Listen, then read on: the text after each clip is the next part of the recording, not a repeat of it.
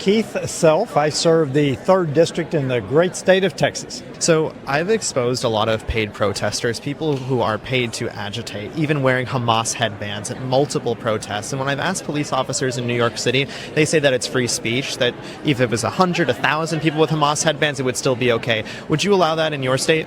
So if there was 50 people with Hamas headbands, it would be fine? Yes. 100? Yes.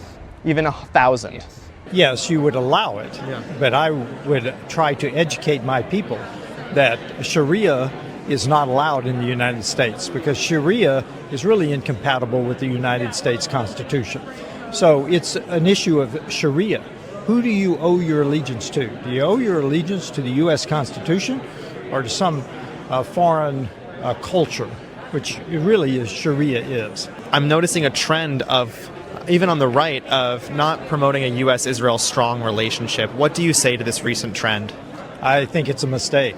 That is our cultural heritage. The Judeo-Christian foundation of this nation is very clear in our founding documents. This is a consequence of not teaching civics in school anymore, of not teaching patriotism. So, I mean, this is a result of what we have engendered now for decades. And now we're starting to reap the results of what we have been sowing. It is very dangerous. When you think about it, Israel is our greatest ally in the Middle East. I have been in the Knesset twice. Both times I heard an Arab member of the Knesset wailing away. What Arab nation has a Jewish member of whatever they're... So much for apartheid, right? Absolutely. Absolutely. Yeah. So just one more follow-up on that is that people will say, well, Israel's our strongest ally, but why? Why do we need to give them money? How do they benefit America's agenda? Well, there's several reasons. Let's start with the defense reason. We co-produce a lot of weapons systems. Iron Dome, for instance, is built. Some of them are built in the United States. Then let's talk about they are the only truly democratic ally we have in the Middle East politically. That's the second reason. The third reason is that Judeo-Christian heritage we talked about, because the Western world, which Winston Churchill called Christian civilization, is based on the Bible, both Old and New Testament. How do you feel about no-bid contracts? It's anathema to fair game. That's what it is. It's a giveaway to somebody that they know. So, I mean, it's as simple as that. Either you write the contract very narrowly for only one person, one NGO, one company, or you simply give it to them. When I see them arrested at multiple protests, that means they're getting back out on the streets and they're doing it again. And people that are employed by the People's Forum, which is funded by Roy Neville Singham, millions of dollars being funded into this, and they're at Columbia. They're not even Columbia students, and they're vandalizing, but then they're back out on the street. Do we need harsher punishments for this? You need a better DA.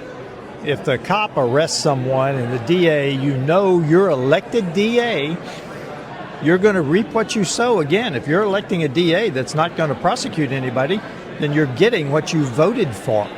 So it comes down to the DA.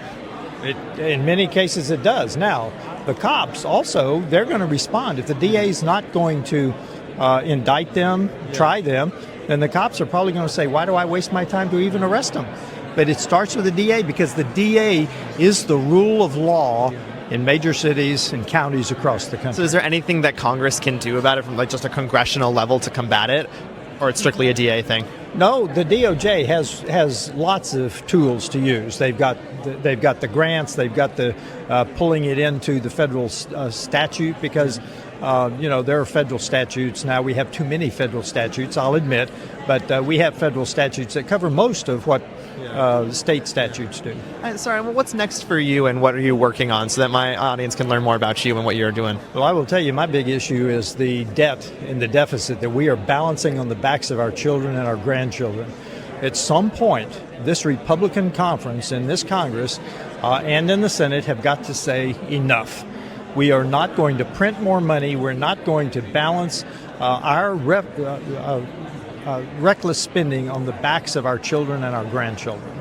So are you satisfied with the One Big Beautiful Bill as a whole? We had to get the beauty of this bill across, the tax cuts. Yes. We had to have them. Yeah. Now the beast in this, the beauty and the beast in this bill is we've got some very optimistic projections for growth.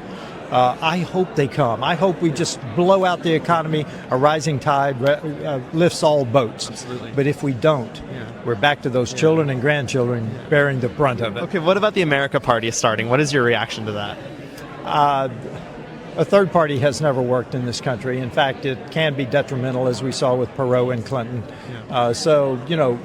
Do we need a better dialogue? We need a stronger dialogue. I'm not sure we need a third party.